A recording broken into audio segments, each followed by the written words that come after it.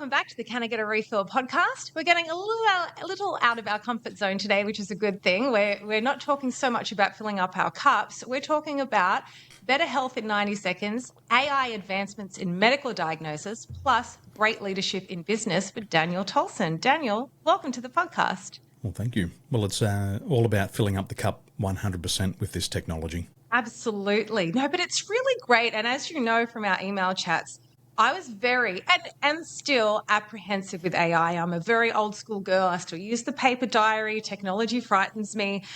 But I don't want to be ignorant in any area of life, and I'm really open to learning new things, and particularly in medical diagnosis. The current episode out at the moment, it might have been what you were just listening to, is a biohacking episode, and she was talking about huge advancements in there, and you seem to be quite a leader in the space. So I'm really excited to learn more and, get out of my comfort zone and stop being so old school. So this is great. And it's good for everyone to hear what you've got to say. So we're just going to dive into it because you've had a really quite illustrious career already. So could you please start off by telling us a little bit about yourself and the work that you do? Well, I was telling my kids not long ago that the classes that I attended at school were called the Space Lab. So I was taken out of the normal classes and put in the Space Lab. And I thought that was really cool, because I thought the Space Lab was for the kids who were going to become astronauts. Yeah, but I realised it was just for the kids who are off the planet. So I got diagnosed with linear sequential learning disability at age 11. And what that meant for me, it meant that I learned differently. So if there was 30 people in the classroom, 29 people learned in a traditional way, and I was the one that thought differently. And so I went through about 5 years of remedial therapy because they were going to fix me. They were going to get it out of me. But they didn't. So they won. I dropped out of school at 17. But having those different ways of thinking today has helped me, especially with integrating AI with traditional types of therapy. My brain links it up and goes, oh, wow, we can connect these dots over here, because it doesn't work in a linear fashion. So that's been my journey of having troubles myself, troubles fitting in, and then trying to figure it out. And that's how I got here. Full respect to teachers. Love the journey I had at school, took a lot out of it, but it's a system of sheep. They want us to fit in a certain way, and any entrepreneurial spirit never fit in at school. And I often say this, I was a straight A student. I spent my 20s in abusive relationships with massive debt. It didn't serve me well. So I think, especially years ago when we went to school, they would try and change people to fit the mold, but there was nothing wrong with someone who was different. There was nothing wrong with you. But years ago, we were made to feel that way if you weren't. Like years ago, they used to whip left-handed people, remember, to try and make them right-handed instead of celebrating differences. And I think what I'm seeing today is, as a society, we've gotten better at celebrating differences. I think from what I've learned over the years with many different types of assessments is the teachers just don't have the resources they need. So they go through a system that says, teach people like this. Then they're given people like me and they say, make them fit the system, and it doesn't work. So they get frustrated as well. And today, with different types of sciences, we can actually see how people learn. We can learn about how people learn. But if we have the resources in education, we can then teach differently. But that's trouble. That's hard. My daughter, she just started high school, and her Year 7 class has 500 students. What? So how do you get the resources of teachers to be able to teach differently? This is in Taiwan, right? This is in Taiwan. So her school is junior high, 7, 8 and 9 equivalent, and there's 500 students per year. So there's 1,500 students. That seems like a lot of people go, 1,500, oh my gosh. In my complex where I live, we've got 6 towers, 6 15-storey towers, and that's more than 320 apartments. So in terms of population density, it's huge. Where I come from in Sydney, Londonderry, our road's 1.6 kilometres, and we've got probably 30 properties on that road. Where here we're just on a little block, and 6 towers, 320 plus apartments. So you got all these kids, and you've got to put them into one school, and you've got to teach them in one way. But then as parents, we've got to take responsibility and help our children understand how they learn. and give them that advantage. Right. Well, why don't you tell us a little bit about the work that you do now and the businesses that you run? That sort of explains how you've gotten to this stage. But before I get into the AI questions, just tell everyone listening what it is you do. So the business that we have is called Alignment Assessments, and we've built two tools. The first tool is to detect health imbalances, and we do that in 90 seconds using only the voice. Yep. The second tool is the tool to correct the imbalances that we've discovered. And we correct those using neuroacoustic therapy, using the ears. And that just takes 15 minutes a day. And they're the two tools we specialise in. In 90 seconds, we can identify 1,440 emotional triggers from the voice. Oh my God. And that then gives us 14,000 health and genetic issues that we can look at. Oh my gosh. So I reckon with me it'd be more like 3,000 emotional things. Especially from the age of 20. What you said before was really interesting is in our technology, you're a mum, we can measure our emotions throughout our whole life. And the baby starts to emit its own brainwave frequencies from the final trimester in the womb. So anything that you're feeling in the final trimester, the baby's feeling it to the same intensity. And then those painful memories that have painful emotions get trapped in the amygdala. And so our technology can measure our emotional journey throughout our whole life. It shows us the highs, it shows us the lows, it shows us what we've processed, and it shows us what we're still repressing. So sometimes we'll have a look at somebody's report and go, at all.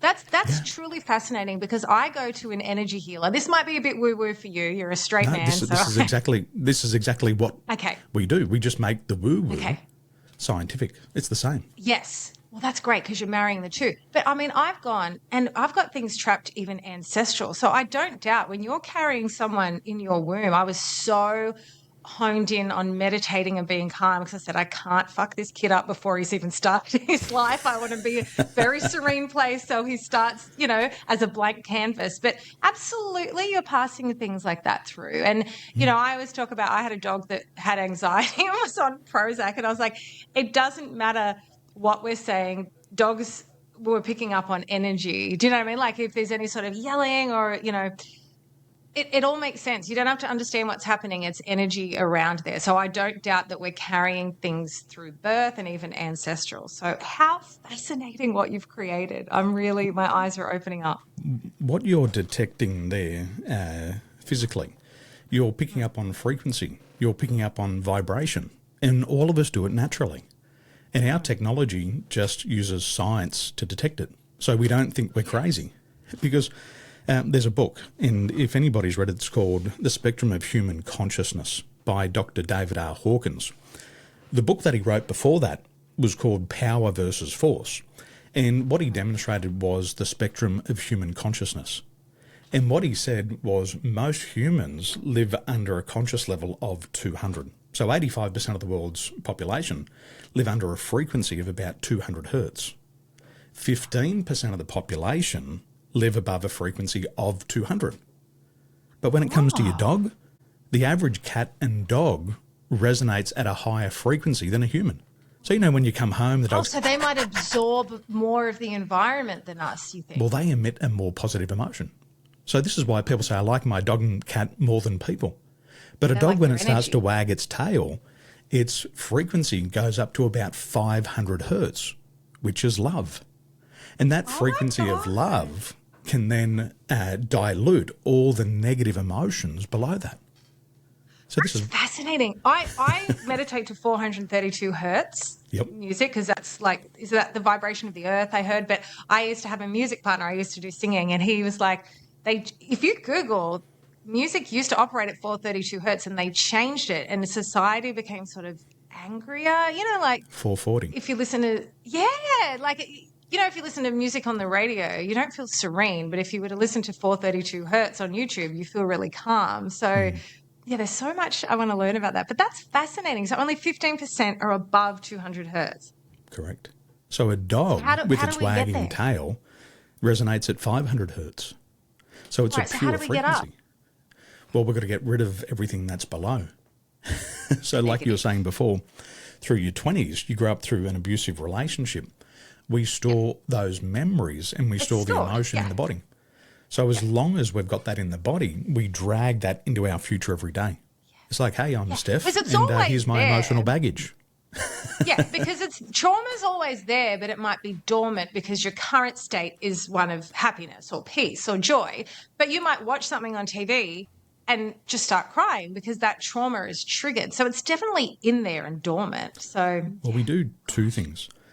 The first thing that you're talking about is what's called repression. And painful memories never die. They just come out in uglier ways. So what we do is we repress it. But repression is an unconscious process. I've buried it, I'm reburying it every day, and I don't even realise that I'm doing it. And I'm doing that just to cope. I'm doing it because I've got bills to pay, I've got a 1-year-old to take care of. I don't have time for that shit.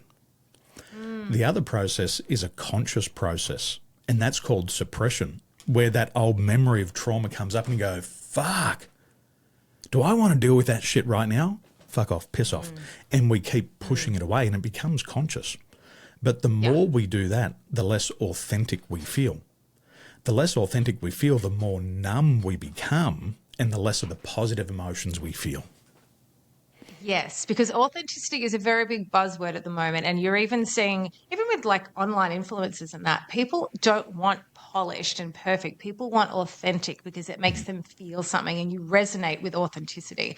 This is fascinating. I could talk for hours, but we're going to... Yeah, go on. That's the key word again. It's a frequency. So sometimes we look at somebody, which is really interesting, and we say, this person's not on my same wavelength. I don't have the same vibe. And what they don't realise, they're picking up the frequency. So if I'm above 200, you won't like that frequency. Or if you're above 200 and I'm below, you'll say, oh, that's a low frequency, low energy. I don't want to be around it. And here's the fascinating thing. Our ears can pick up other people's frequencies, but our ears also send out our body's frequency. Ears? I've never heard that. I learned that about 2 weeks ago. No way. Do you listen to Joe Dispenza? You're giving me very big Joe Dispenza vibes today. I haven't listened to Joe for probably a decade, but I should because start. you're very much like him because he's very pragmatic and scientific, but the topics are considered sort of woo-woo. He marries them up perfectly. So you sound very much like him. Well, I love the woo-woo because the tarot cards are over here. Yeah. And when we can't solve it with scientific tools, we get out the esoteric tools. And that's an interesting part of where we live in the world, in Taiwan, is we blend both science and spirituality. And so when we talk about Eastern is good with that. Yeah. Very good. Because we don't look at just the present. Like you're saying, we look at the past. And for a lot of Westerners, they're like, well, how do I deal with this concept of past lives? Well, in our technology, we measure the 7 energy centers in the body, the 7 chakras. And the first chakra is the root chakra. And it's the root chakra that carries through the traumas from the past life. So when we use our science to measure the frequency of the root chakra, which is 396 hertz, if it's too low, we know they're carrying traumas from past lives. We also know that their childhood was chaotic. We know that they didn't feel safe and secure in the first 7 years of their life. And the first 7 years also includes the time in utero, in the time in the mother's womb. So we can look at all these fascinating things and things that we know intuitively. We can link up with science and we can say, this is a fact. It's not just an opinion. It's backed with data. And that's what we're doing, so people don't feel like they're crazy. My wife and I, we use a technique called timeline therapy. And using timeline therapy, when we're releasing emotions, we give our clients an option that the past emotion could be trapped from this lifetime, in the womb, or before. And before also includes past lives and genealogically. Because a lot of things people feel today, they're thinking, nothing's happened in my life to make me feel this fear. Yeah, I've looked at friends like that and I'm like, they seem like they're they're reacting from a very trauma place. But I'm like, your life's good. And I wonder if it is that, because I've never seen trauma in their life, if it is past lives. And people, when some people say they don't quite feel at home on earth or in this life, it could be something like that, like they're carrying trauma from a past life. Well, I know with my family, we have a pattern of mental health disorders. And we also know that mental health disorders and traumas can be passed down through 4 generations. It's been proven scientifically. So the Bible even said it. The sins of the father become the sins of the son. The apple doesn't fall too far from the tree. And the emotions can also be passed down through the generations, but it can also skip a generation. So when I look at my grandfather, he served time in the Air Force. He spent time in Vietnam, and he saw things that were traumatic. And when I was younger, I could see his obsessive compulsive behaviours. I saw mental health issues in my mother. And then I saw within myself that I could also become obsessive compulsive. But because I had the awareness, I could make a better choice. I could go down the path of alcohol, like my grandfather, or I could go down the path of health. Both of it becomes an obsession. I just chose the path of health as an obsession rather than the alcohol. But I know within myself, if I cracked a bottle of scotch, I could write myself off on the whole bottle. So it's within me, but it's I'm the all awareness. or nothing. I get it. Yeah, I'm so exactly the same. If you can see that pattern, you get control. We say if you can't name it, you can't tame it. But you've hit the nail on the head with any area, whether it's, psychology, whatever, self-awareness. My life completely changed trajectory once I had self-awareness. You're able to sort of view yourself without judgment and make a better choice. Before I had self-awareness, you're sort of just reactive and just you're sort of on, cruise control, going along with these and thinking, oh, it's everybody else. And it wasn't. There were things that I was doing that was wrong. And self-awareness is a lifesaver, isn't it? There's 5 pillars of emotional intelligence, and the first pillar is self-awareness. And self-awareness is described as knowing why I think and feel the way that we do. Now, the Greeks have been saying for 2,000 years, the unexamined life is not worth living. So when we examine our life, when we reflect on it, we have a life that we love. You know what? I might have some scars, I might have some battle wounds, but I actually love this life. I want to be in this body. And when we're in the body, we get to feel all of those emotions. But when people don't reflect, they try to numb themselves with alcohol and food and Netflix, and they're not in the body. So they never get to feel the positive emotions. And yes, then when and we you look can at only have that sense of gratitude when you're in the self-awareness stage, I've noticed. And the thing is that everyone has a set of problems. Like there's no point wishing you could exchange lives with someone else. Everyone's got their own set of issues. But yeah, I've definitely got a pattern now of where I reflect on my life each night with so much gratitude. And I just keep saying, I love this little life. Like I've got so much gratitude for it now. And it's not without its complications, but I'm very appreciative of where I'm at. What did that lady say? Don't love your job, job your love. Did you hear that one recently? I have it. It's a great meme. It's about feeling the emotion of love. And the emotion of love resonates at 500 hertz. And when you hold your frequency high, all of those other lower emotions start to disappear. We have emotions all the way down to shame. And shame resonates at around about 25 hertz. And death is at 0 hertz. And a lot of people live in shame and fear and regret, and it's a low frequency. Those low frequencies then poison the body because each organ... Cancer. Yes, Disease. Each organ has a frequency. And the frequency of cancer is 42 hertz. So when you Higher are living... than shame. Yeah. So just a little... So if you're down in those low emotions, you're going to get cancer. It's inevitable. Did you ever read any Louise Hay? She always says that resentment is cancer. But I completely agree with all of that. You feel it. I feel physically unwell. I'm, very much an empath. And if there's anything emotional bothering me, I can't do anything. It's almost like you have to lay down. Like it takes all my energy. So I'm not surprised that shame is so low. Shame is an awful, awful emotion to have. Well, for other people like yourself, we describe them as highly sensitive people. And what happens is when we learn things like NLP, neuro-linguistic programming, we learn to match and mirror people. We learn to get into rapport. And it triggers off mirror neurons inside the brain. So essentially, what you're feeling, I begin to feel. If I start to match and mirror your physiology, I'm going to feel the equivalent emotion. Because the body also expresses emotions. The tone of voice expresses an emotion. And if I'm a highly sensitive person and I start to match and mirror, I'm going to absorb all of your emotions. And so what's happening in you starts to happen in me. And the problem is if we're building rapport with lower energy people, we're going to get down into that pit of despair with them. This is why you're a product of your environment. And the number one thing I always recommend is to constantly reassess your relationships. If you're the sum of the 5 people you spend the most time with and you're around very negative people, you will never be healthy, you'll never be successful, and you'll never be in joy. Yep. In epigenetics, the first thing that we want to look to is the environment. If you follow the work of Joe Dispenza, but the first thing they do is look to the environment. So if your suggestive environment is low energy, it's going to pull you down because it's so powerful. And you've got to get out of the environment. You mentioned before in an abusive relationship, the hardest thing is to get out of that environment. Yes.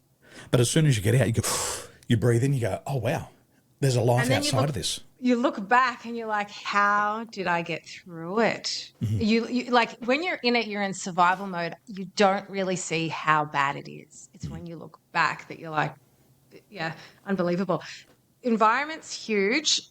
It's if you had a tree or a plant that wasn't growing, you don't blame the tree. You move it to a different area. And when I was in these abusive relationships, I used to recite this line to myself, I'm not broken. I'm a sundial in the shade. I'm not broken. I'm in the wrong place. Yep. So, yeah, environment's huge. And it's a great analogy because people think of a tree being rooted in. And being rooted in, you can't leave. But you can uproot any plant. You can, I used to be in real estate, and we used to have people who'd write a contract, and one of the exclusions in the contract was their lawn. And people would take their grass with them to the next property. They'd invested so much money and time in making this beautiful lawn that they would uproot it and take it somewhere else. Yes. But you've got to be, that's so good. You've got to have the confidence and the courage to do it. And with our technology, one thing that I'm very proud of is I designed it in a way to also detect spiritual health. Because when we look at all the health factors, physical, emotional, mental and spiritual, only 1% of assessments or 1% of tests globally look at people's spiritual health. And the 2 key factors in spiritual health that are a major concern on the planet right now are both courage and procrastination. And let's say we're doing your voice detection when you were in that abusive relationship. You probably didn't have the courage to leave at the start. You probably would have been procrastinating. I'm going to do it tomorrow. I'm going to do it next week. And so we can detect that. And like we're talking about self-awareness before, is it might not be me who's the problem. It might not be the other person. It's my spiritual health. I don't have the courage. So then what we do is we help people get the confidence to act. We start to change the way that they act. Through the audio.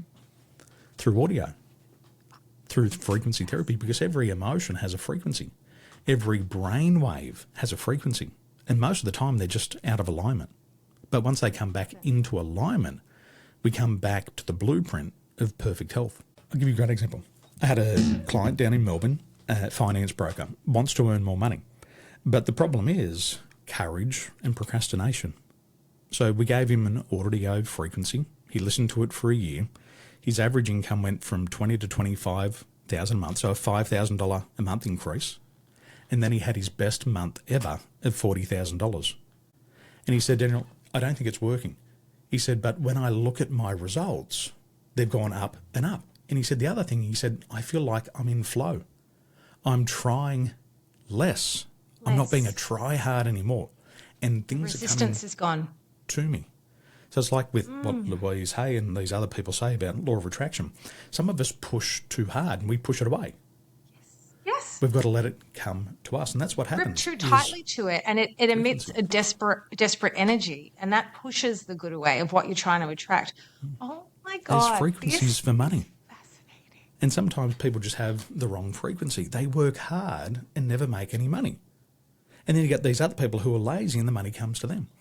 It's a different frequency. So when we look at people's frequency analysis, we can also give them a frequency that helps them resonate better with money.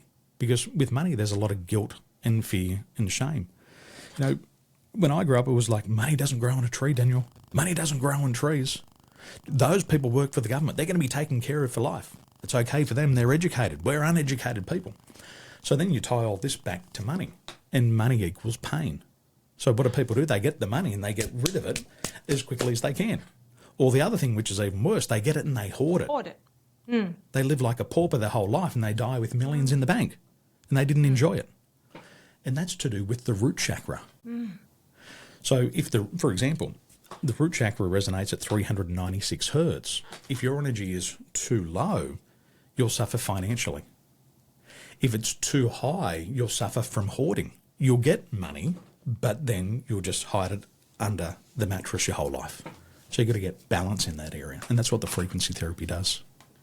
I hear this voice in my ears going, like, I feel like I have just found the solution to my blockages. You have just we're on question 1 and I'm converted already. Listen, I'm starting to think we need a part 2 because I'm still on question 1. So I'm going to move on, but oh my God, am I converted to what you're saying already? I'm so excited. I'm already like eyes open. So let's just quickly jump into just AI in general. So it's exploded a lot, and especially in terms of medical and medical diagnosis. So just quickly, what's your take on where it's going in the medical diagnosis field? I think AI is probably not the right word to use. I think we should use the word machine learning, because AI is only a small component of machine learning. So imagine this. My company is assessing between 400 to 700 people's voice per month. We're adding that to a giant database. The database was developed back before 2020, and there was already 1 million vocal health screenings in the pot. So what the machine does is it quickly learns. It listens to your voice, and then in a split second, it compares your voice analysis to the other 1 million, 2 million, 3 million that we've already done. And so it keeps learning and it keeps evolving. And that's what machine learning is. And that's just what our brain does. We just can't comprehend that amount of data in a split second. So when we listen to your voice, you could have millions of data points in that 90-second voice analysis. But through my trained ear, I can't hear that and compare it to other millions of case study. So the AI, what it does is it just accelerates the process. But it's the machine that's I love learning. that, the accelerating. And so it's almost a way of looking at. So the next question I want to ask you is, what would you say to someone like me initially who was apprehensive about it? But what I'm gathering is that it's assisting what we already know, but humans can only operate at a certain speed, and it's assisting. Would you say that's accurate? Rather than machines taking over, they're assisting what knowledge we have. It's just making it easy for us. So, for example, pre-2020, if you wanted to have this voice analysis done, you would have probably had to fly to Europe. Do you have time for that? Do you have the resources for that? Money? You got the money? No. So AI has sped up that process. We used to have to put these, what we call a halo on people's head to measure their brainwave frequencies. Do you have $400 to spend on that to use it once? Probably not. So, most people don't. So you're doing it remote. So we're doing it remotely. So because of the way the world changed in 2020, we were able to do it from a microphone, from your computer, to being able to do it from your mobile device. So I'll give you an example. In India, at the moment, the technology is being used for remote health detection. So if somebody has coronary heart disease, they can do their voice analysis, and if they're showing signs and symptoms of a heart attack, they'll be immediately triaged on the call, and they'll get direct access to their local hospital. Oh, my goodness. Qantas and Myers are using the technology for mental health. So in our technology, we can detect people who are at risk of self-harm or suicidality. So if they do their voice analysis and we discover the patterns of self-harm, we can get them into psychology or psychotherapy immediately before they harm themselves. And that's important because this is here in life-saving. here in Taiwan, with our students in our population are 11 times more likely to self-harm than to commit suicide. Suicide and self-harm is such a problem in the schools here that Parliament at the moment are looking at a reduced educational week. So starting at 10 o'clock in the morning and not allowing students to study later than 4 o'clock in the afternoon because of the pressure. The biggest killer of men under 50 worldwide is suicide. And so if somebody does a 90-second voice analysis, we can see if they're at risk of self-harm. And then we can get them into the immediate support. With the AI, previously I had taken 10,000 people through reports. That means because I didn't have that piece of AI technology, I missed 740 people who were at risk of self-harm because of the human component. But now with the machine and the AI, it'll say, Daniel, these are the 25 frequencies that we're detecting. There's an alert on this report. This person's at risk of self-harm. And then immediately we can have the conversation where they would have walked out the office. So that's how it's helping us. I think that would silence anyone's apprehension. You lead with that. That is saving lives en masse. I have goosebumps hearing those statistics. I had no concept that it was to this degree of helping people. It's phenomenal. And, like with children, especially, I know with men and with children, they might not feel as comfortable or have the language to reach out for help. So this is just something that's saving them. Well, if we can't name it, we can't tame it. And I learned this the other day, and I learned it from another consultant, and it comes back to that skepticism. People aren't skeptical about the technology. They know technology serves them. What they're afraid of is what it's going to reveal. And they're afraid they can't deal with the diagnosis. And that's the greatest fear. It's like as a coach, you've got to ask people questions. The problem is not with the question. The person doesn't like the answer they have to reveal. And that's the biggest block. The technology's neutral. It's just detecting imbalances. That's its job. How you perceive it, good or bad, right or wrong, is up to you. But the technology just says, this is the fact. It's like a blood test. You get the blood test back. You don't shout at the blood test. No, it's like, just statistics. My body, I just don't want to know. And you said it before, people are ignorant. Ignorance is bliss. And most people would rather not know. And they're the people who live below 200. But the people who live below 200 say, if that's going to interrupt my joy, my happiness, my love, my peace of mind, I want to know what the blockage is. Because Absolutely. they don't want to get pulled below.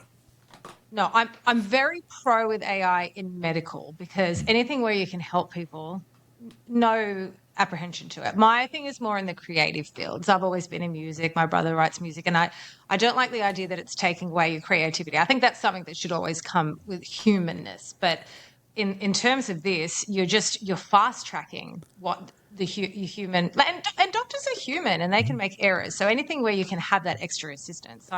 So your brother's a musician. He will understand this technology. The human body has 12 musical notes.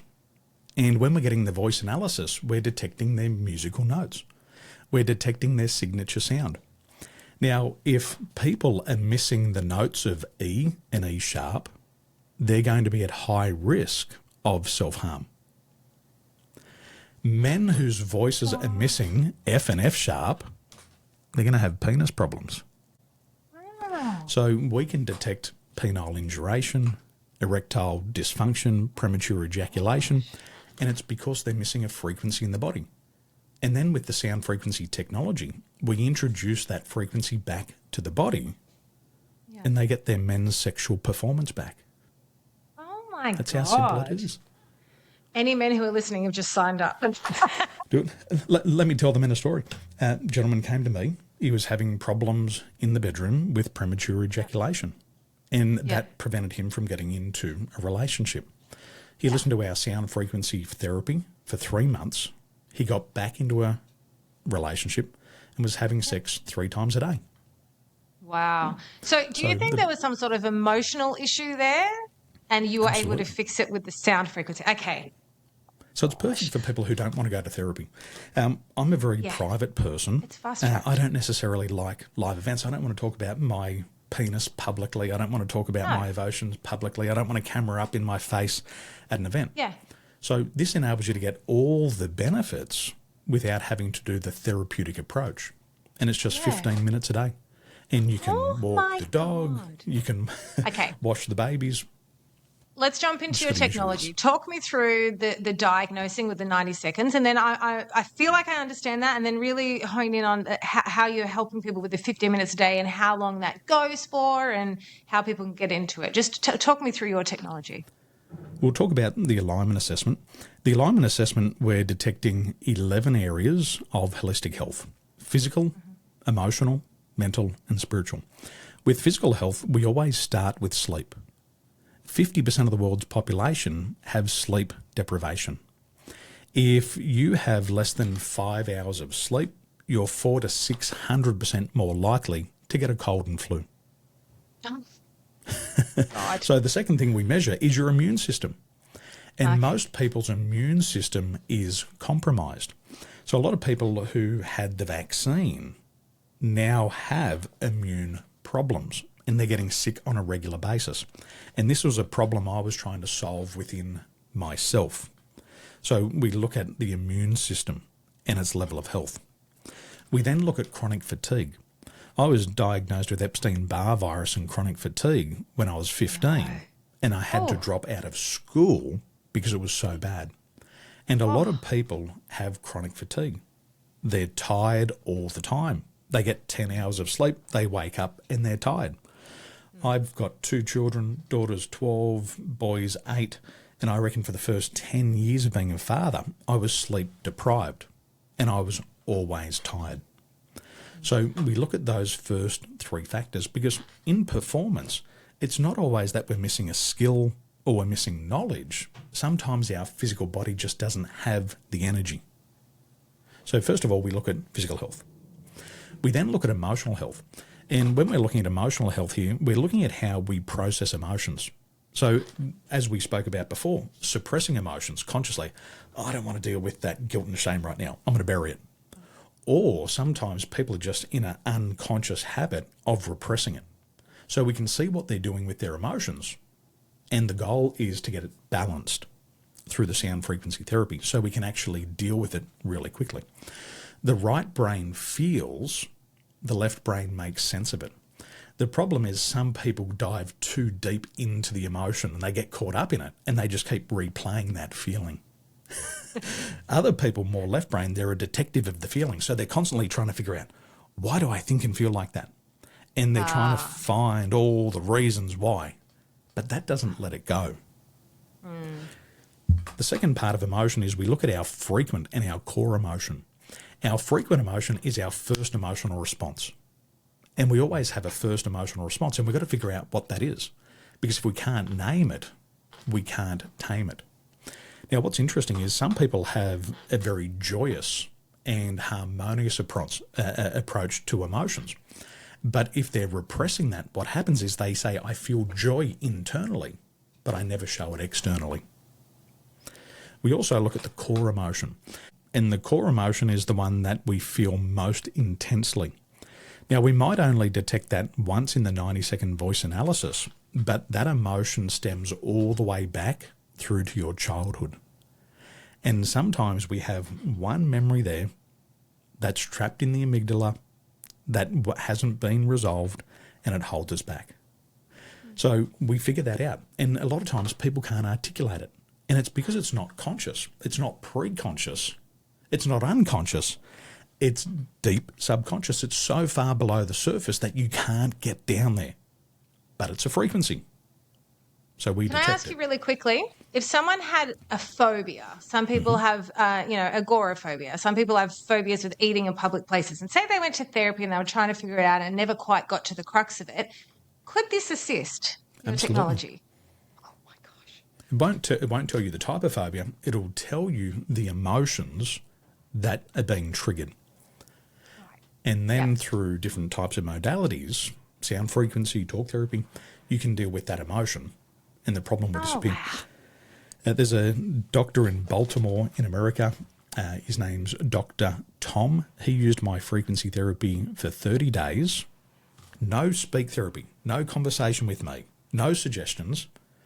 Within the first week, he stopped drinking coffee. Second week, he stopped drinking alcohol. Third week, he stopped smoking marijuana. And so the emotions that had triggered him and the stress caused him to do those other things. So we get to the root cause, everything else takes care of itself. So then we look at mental health. Mental health includes anxiety. So we look at our anxiety levels. Now, what's interesting is if we're having problems with anxiety, there's a bidirectional response or a comorbidity with sleep. So if we have high levels of anxiety, we wake up a lot during the night. We wake up and we can't get back to sleep. We then look at people's level of depression. Now, depression is a spectrum, and some people are really depressed, and that just means they've been holding on to sadness for a very long time. And what people don't realise is one of the biggest problems with goal setting is we think that by setting a goal, it's guaranteed to take place. But when we set the goal and we don't achieve the goal, we get depressed because we didn't get what we thought we deserved. So a lot of business people feel depressed because of unmet goals. So then they stop setting goals. So if we can deal with that, they start setting goals again. And then we look at stress and burnout. And this is really important for everybody because the biggest killer on the planet, the biggest trigger of all mental health, emotional and physical health disease is stress. Stress is the number one killer on the planet. And when you're stressed, nobody's embarrassed to say it. Everybody will say, I'm stressed. It's But a we badge of also honor almost. detect levels of burnout. And I've been burned out in my 20s when I was in real estate. I was burned out because of all the things I had to do to get the commission. Yeah. And so people today, they feel it. So that's mental health. And then the final component is spiritual health. And we're looking at levels of courage. And most people know that if they had enough courage, they'd act immediately. They would leave the relationship. They would start the business. They would lose the weight if they had the courage. But the comorbidity with courage is procrastination. And when I used to live in the Middle East, they used to say, Inshallah, Bukra, Inshallah, tomorrow, God willing. And a lot of procrastination is just that, tomorrow, God willing. But we can't make excuses anymore. We just got to get because onto it. procrastinators, they say, are people who are perfectionists mostly because they're waiting for the perfect set of circumstances. And my very first episode of this podcast was diving in and trying something new. You can't wait for 100%. 80% is good enough. You have to dive in. You have to start where you're at. And people are waiting for perfection and it'll never come. No, so those two things go together. Yeah. So if you're a perfectionist and then you procrastinate, it's twice as bad. Yeah, recipe Because it's for never going to be good disaster. enough. Yeah. So That's been me my whole life until recently. Yeah. So these little things are just frequency. So we look at those 11 factors. Now, what's really important, and this is where the AI comes in, we detect your brain frequencies, we detect your chakra frequencies, and we detect all of your organ frequencies. And then immediately what the AI does, within one click, 1 second, it will create for you your own customized sound frequency therapy. It's like having compound pharmacy. We have compound pharmacy here in Taiwan where every medication that's dispensed is personalised. When people listen to frequencies out of a singing bowl, when people listen to frequencies on YouTube, they're getting a generalised tone. Ours are customised for the body. You were talking about 432 hertz before. What's really interesting is not everybody's body will receive 432 hertz. Yes. Some people's body might need 438. Some people's bodies might need 428. So if I present to your ears 432 as a general tone and your body needs 428, your body will reject it and the frequency won't work. So the AI will tell us the exact frequency you need. Oh and that's my God. As you're AI is our talking to friend. me, I'm having two thoughts as you're talking to me. One, where have you been all my life? You've just solved all my problems. I'm very excited to talk once we stop record. But two, I'm also thinking, is it going to put people out of business? I feel like, why would you need therapy like a psychologist if you have this technology? But look, I don't even need to focus on that. Let's focus on the positives. I'm just super excited. And to be honest, I had some other questions in here about leadership with business. I know you work with people, but if you're comfortable, I'd love to do a part 2 with you down the track and just focus. Like, there's so much to talk about just on the medical diagnosis. So we'll leave that out. So I'm sorry for everyone where I introduced, we're going to talk about that. That's going to be a part 2. All right. So if someone wants to get started today, what are they doing? Jumping on your website? How does it work? Go to my website, danieltolson.com, and up in the top right-hand side of the page, there'll be a link and it says just $1. And you can actually get this technology for $1 a day. Oh my gosh. And So we want to how make it long accessible. do you do? I need to jump on board before you make it 10,000 a day, because the value you're adding is phenomenal. How long do people do this for? Does it depend on the person? Does it depend on how many issues they've got? Well, Luke, he did his sound frequency therapy for a whole year, and his income went from $20,000 to $25,000 a month, and had his best month for 40. And the whole time he said, Daniel, I don't think this is working. But when I look at my results, it's all changed. Another great story, and I love to tell this one because anybody who's in business, they have a laugh out of this one. We had a client do a 90-day protocol. After 14 days, they messaged us and said, I'm really enjoying your protocol. Could I get a refund? And we're like, yeah, exactly. Why? What? 14 days? And we said, why? They said, because I feel that I've got all of the benefits I was looking for in 14 days. So it depends on the person. We have people who have been on antidepressant medication for 3 years. On the second week, they stop using the medication. Oh, wow. It's really interesting. We've got children who use it. Our youngest child who's using it is 6 years old. She had a trauma, and it was the trauma of separation. So her father would be working in China, and he would have to go away, and she would have a meltdown. And with the meltdown came the inability to regulate the emotions, and she could cry anywhere from 4 to 6 hours. Because that was such a stress on the physical body, she would then lose control of her bowels up to 8 or 9 times a day. By the end of the month, the emotional meltdown stopped and she had full control of her bowels. I've got a young man in Adelaide at the moment. He was diagnosed with a brain tumour 2.5 years ago. Since his operation, he's developed radiation necrosis, which is a scarring on the brain tissue. And because of the neurological stress, he's had to wear sunglasses and earplugs 24 hours a day. Whoa. Oh, my gosh. 4 days on the frequency. He took his glasses off, he took his earplugs out, and he's never put them back in. Oh, my gosh. So each person's going to respond a little bit differently. And what we see is that within 28 days, you're going to feel a significant difference. By 90 days, the dendrites and the neural plasticity starts to become very sticky. And those changes start to become permanent. So what happens is you can stop the frequency therapy, and that change in the brain is so sticky that it becomes the new way of thinking, feeling, and acting. It's like reprogramming. We have another lady who's been on it for a year, and I asked her, I said, how do you feel after a year? She said, well, I don't know. And I said, well, how's your health? She said, come to think about it, I haven't been sick in an entire year. She had suffered fibromyalgia. She'd get the cold 4 to 6 times a year, which the average person tends to get. Not sick once in a year. She said, I guess it works. My mum, who has a heart arrhythmia, she's got atrial fibrillation. She's only had one attack on the heart this year when it was down to a monthly or bi-monthly basis. So depending on each individual's problem, the AI detects their frequencies. It creates a customized protocol specifically for the individual. And as soon as you put it on, within the first 3 minutes to 5 minutes, the body goes back into balance. So you start to get a parasympathetic dominance. And the parasympathetic dominance is rest and restore. So it happens just within a couple of minutes.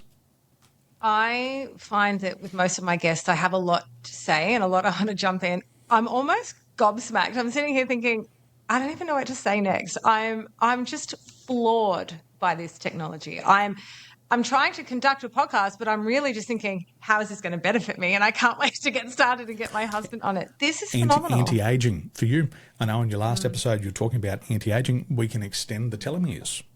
We can do anti-aging. My wife, she's 46. She tells me she looks 21, and I don't disagree with her. She's got great collagen in the face, great skin, body's remained nice and tight. It's great for that. It's great for men. I'm on a protocol at the moment that helps me develop muscle. So I'm 45, and most guys' testosterone levels start to deplete in their 30s. This balances out the testosterone. It also increases muscle strength. It also promotes the natural release of creatine in the body. So in the first, let's say 10 weeks on this new protocol, I put on about 5 kilos. So stored a little bit more water in the body. Muscles start creatine, to get bigger. So I'm 45 and my muscles are still growing naturally. My quads are getting bigger, my calves are getting bigger, my chest, my back. And so when I look at other men who are 45, I might carry a little bit of weight around my belly, but my muscle mass is still growing, yet I don't actually do weights. I only do resistance bands. So for the men, it's really good. I can't imagine anyone not wanting to say yes to this. It almost sounds too good to be true. There's that skeptical part of your brain going, is this really going to work like this for me? You know what I love most about this whole process is that it's customized, and that's what you're talking about. And I feel like, I always find that I'm a very odd individual. I've had odd issues. I had an odd phobia. I feel like I go into places. I have a neuromuscular disorder that's just very rare. And I feel like I go to medical professionals, and it's called myotonia congenita. I was born with it. It's like a muscle stiffness. Do you want me to email it to you? Myotonia congenita. Mm-hmm. Okay. Well, when you do your voice analysis, I'll get my scientist to have a look at it. And what we can do is we can put a specific frequency there. So if we can detect that, we can then have the opposite frequency. We can reintroduce that frequency back into the body. It's like Christopher with his radiation necrosis and his brain tumour. The team looked at it. Yes, we can see the brain tumour there, and we can put some tumour-correcting protocols in there. So these types of things, as I mentioned before, 14,000 health and genetic issues, these things, a lot of them we can start to give you the correct frequency. So we use two frequencies. This is what I'm saying. You were talking about with teachers that they don't have the curriculum to assist certain students. Well, that's how I feel with my medical issues. I'm going to people that just don't have the knowledge to assist me. So I needed something that's personalised to me, not a textbook on this is how you deal with some sort of phobia or this is how you deal with a neuromuscular. It's unique, and it's unique to me. And I've always been looking for very specific, remedies tailored to me. And it sounds like that's what you've created. Neurodiversity for children who have been labelled or parents who think their children might be ADD, ADHD on the spectrum of neurodiversity, we can correct a lot of those brainwave frequencies as well. Oh my gosh. And it's without medication, and this is what we wanted. We wanted the future of medicine will be energy. And we're using energy medicine thousands of years ago. It's like the tattoos you've got on your arm. People used to get tattoos on certain places of their body to heal because the energy that's in those meridians. So it's energetic medicine. And if we can detect it, then we can correct it. Sometimes it's a short protocol. Sometimes it's a little bit longer. But everybody's body's different. You've got this beautiful blend of scientific with the woo-woo, and it's just speaking to me. So, it's resonating with me so much. You've got the look of a Joe Rogan, but the words of a Joe Dispenza, and it's really, you've sold me. I didn't think I was going to be sold on the first question. This is phenomenal. What you've created is quite literally saving lives. And I think it is just fantastic. And I hope everyone listening shares this episode with everyone, and everything. Like, you can let people know where to find you, but I will definitely link everything in the show notes as well. Beautiful. Oh my gosh. The best place, go to danieltolson.com. It says just $1. That's the best one. We're not trying to make money. We're trying to help people. Yes, we will eventually make some money over time, but $1 a day, the reason why I put it that is when I grew up, I had a friend and he said to me, Daniel, he said, I could make $1 million. And I said, how could you make $1 million? He said, if I just ask every Aussie for $1 and I got $1, I'd make $1 million. He said, nobody says no to $1. So what I said to my team was, I said, let's get this out the door, customized. Now, what's interesting is we will have 4 appointments in a year. We'll analyze your voice 4 times a year. We will give you 4 customized protocols, because as you change, your frequency therapy should also change. So I think if I can get it out for $1 a day, and if somebody believes in better health for just $1, then they'll snap it up straight away. Oh my gosh, I couldn't agree with you more. We're going to wrap it up because I know you have something else to go to, and we're definitely going to do a part 2 because I didn't even reach some of my questions. But I just want to thank you so much for your time, but mostly thank you for creating something not only that's helping so many people, but to make it accessible. And I always say this, when someone's got a gift they want to share, you want more people to have it, and that's what you're doing. So it's definitely coming from the right place. So I know it's going to be just a huge success for you as well. So I'll definitely reach out to you to tailor something to me as well. But I'm just so eye-opened and just excited by this conversation and what you've created. So thank you so much for your time today. Thank you, Steph. Thank you. Thank you. And everyone, please check out all the links in the show notes. This is just going to be a huge episode. And please do something in the next week to fill up your cup by clicking $1 a day on Daniel's website. Thank you, everyone.